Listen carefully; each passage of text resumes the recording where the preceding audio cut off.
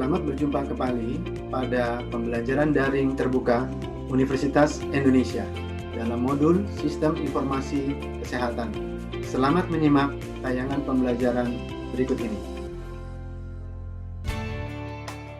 Sesi ini tema kita mengenai indikator kesehatan ya, jadi berkaitan dengan konsep, ya, pengertian dan secara teknis pengembangan indikator kesehatan. Tema ini menjadi penting mengingat di dalam sistem informasi kesehatan salah satu pokok bahasan yang menjadi salah satu unsur atau elemen dalam sistem informasi kesehatan adalah informasi itu sendiri ya sebagai luarannya. Nah, sementara ada banyak varian, ada banyak bentuk bagaimana informasi itu disajikan dalam sebuah sistem informasi kesehatan. Nah, mengingat sistem informasi kesehatan ini varian produknya sangat banyak ya dan biasanya mengikuti subsistem dari kesehatan nasionalnya ya, meskipun barangkali ada yang belum terbangun secara ajak pada setiap subsistem itu, tapi ini berkaitan dengan tadi ya begitu banyak varian, maka cara penyajian pun juga cukup bervariasi. Salah satu bentuk informasi kesehatan itu ya disajikan dalam istilah ini ya, indikator kesehatan. Nah, kali ini nanti kita akan coba ulas mengenai indikator kesehatan ini.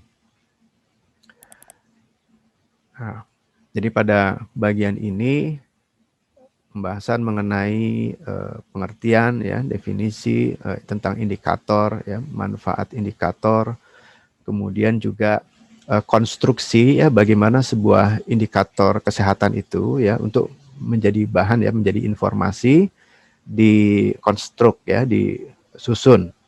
Kemudian juga kriteria ya, jenis indikator dan nanti aplikasi di dalam penyusunannya. Nah, sebagaimana kita ketahui itu ya, saya seringkali memberikan perumpamaan seperti sebuah speedometer ya. Jadi kalau barangkali sebagian Anda pernah naik sebuah taksi itu ya, ada tingkat kecepatan tertentu yang kemudian sebuah taksi itu ketika mencapai kecepatan tertentu itu membunyikan alarm itu ya. Nah, jadi barangkali speedometer menjadi salah satu analog ya bagaimana indikator itu bekerja ya, indikator bekerja.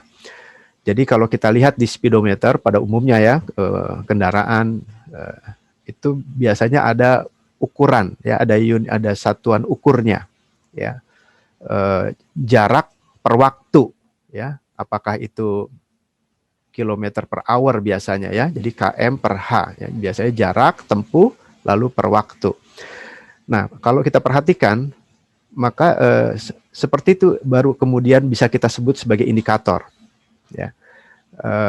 Ketika satu ukuran itu dibandingkan dengan ukuran yang lainnya. Jadi dalam hal contoh speedometer tadi, satuan jarak ya dibandingkan dengan satuan waktu, maka kemudian dia baru bisa disebut sebagai indikator ya.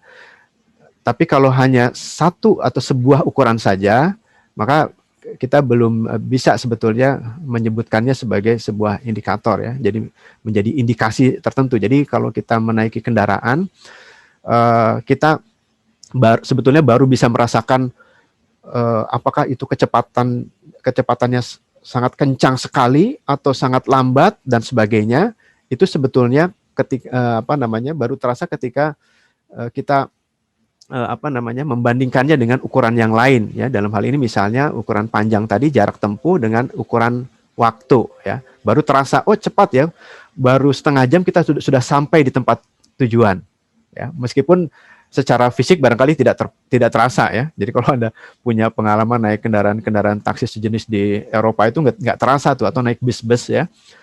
Yang modern itu tidak terasa kecepatan cepatnya begitu. Tapi begitu sampai di lokasi tujuan, kita baru sadar cepat sekali ya, karena apa namanya, secara tidak langsung ya di situ ada satuan apa namanya tadi, jarak dan sekaligus satuan waktu, sehingga kita bisa menyimpulkan, mengindikasikan cepat, lambat dan sebagainya.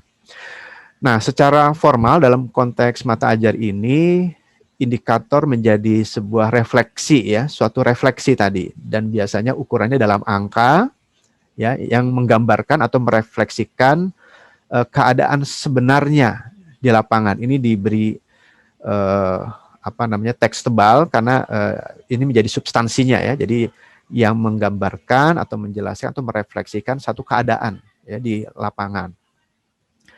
Indikator ya menjadi variabel ya, kerap menjadi variabel yang digunakan untuk mengukur perubahan ya, mengukur situasi ya, mengukur situasinya atau mengukur keadaan. Nah, atau juga seringkali digunakan untuk menelaah ya, melakukan evaluasi sejauh mana sasaran itu telah dicapai. Nah, dalam konteks yang lain, misalnya kalau disinggung atau dikaitkan dengan suatu program, ya, sebutlah program kesehatan,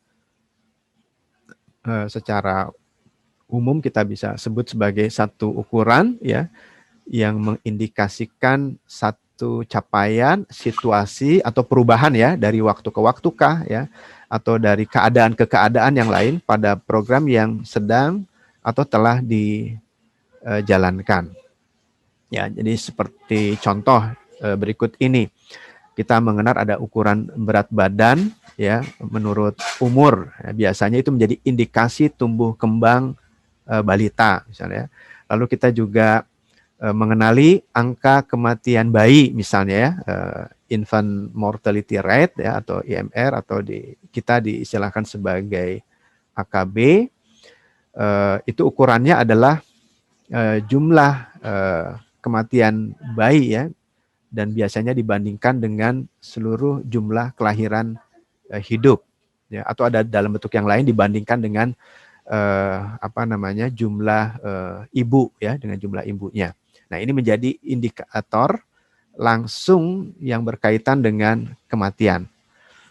Nah, dalam banyak hal indikator AKB dan juga biasanya indikator AKI ya, angka kematian ibu, seringkali digunakan sebagai indikator untuk menunjukkan tingkat kesejahteraan suatu bangsa ya, satu penduduk biasanya, karena dianggap cukup sensitif ya, dua kelompok populasi tadi, kelompok bayi, balita dan ibu ya, yang biasanya setiap perubahan yang terjadi pada suatu bangsa ya, pembangunan yang terjadi atau keadaan ya secara umum biasanya mempengaruhi dua kelompok penduduk ini ya, bayi, balita dan ibu biasanya, sehingga kemudian digunakanlah sebagai indikator yang mengindikasikan atau merefleksikan tingkat kesejahteraan suatu bangsa. Nah, itu contoh ya. Kemudian, nah, apa manfaatnya? Ya, manfaatnya. Ini ada beberapa manfaat yang berkaitan dengan indikator ya, sebagaimana tadi sebagian juga tertuang di dalam definisinya. Yang pertama seperti memberikan gambaran terhadap kemajuan ya suatu program ya, karena tadi merefleksikan situasi ya, apakah dari waktu ke waktu atau dari keadaan ke keadaan yang lain. Jadi ini memberikan gambaran kalau yang dievaluasi adalah sasaran program misalnya atau target program. Kemudian juga sebagai tanda ya capaian tujuan atau sasaran, bisa juga digunakan untuk membandingkan ya, membandingkan. Jadi kalau hanya data sifatnya frekuensi, sebetulnya buruk ya, apa namanya, itu dijadikan sebagai pembanding. Makanya seringkali yang dibandingkan itu adalah angka dalam bentuk indikator ya. Setelah apa namanya, indikator itu yang kemudian dibandingkan antar daerah, antar wilayah, antar bangsa ya. Seperti misalnya saya beri ilustrasi, kematian bayi 1000 ya, kemudian di suatu daerah A, sebut saja begitu. Lalu daerah B kematian bayinya 5.000. Pertanyaannya adalah itu keadaan yang mengkhawatirkan atau tidak, ya? Atau dua data kematian tadi apakah menunjukkan situasi gawat atau tidak? Ya, mana dari dua daerah tadi yang menunjukkan atau mengindikasikan kegawatan yang lebih besar? Nah, kita tidak bisa ya secara sederhana membandingkan itu antara 1.000 dengan 5.000. Mengapa?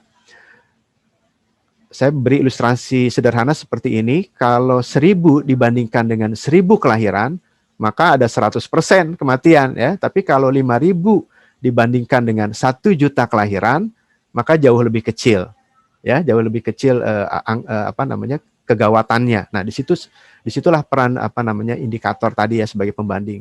Biasanya digunakan indikator ya untuk membandingkan. Kemudian memberikan perbedaan tadi keadaan ya, karena tadi konsekuensi dari membandingkan dari satu daerah ke daerah yang lain, sehingga otomatis ya kita bisa melihat perbedaannya tadi, mana yang lebih gawat, mana yang tidak terlalu gawat dan seterusnya.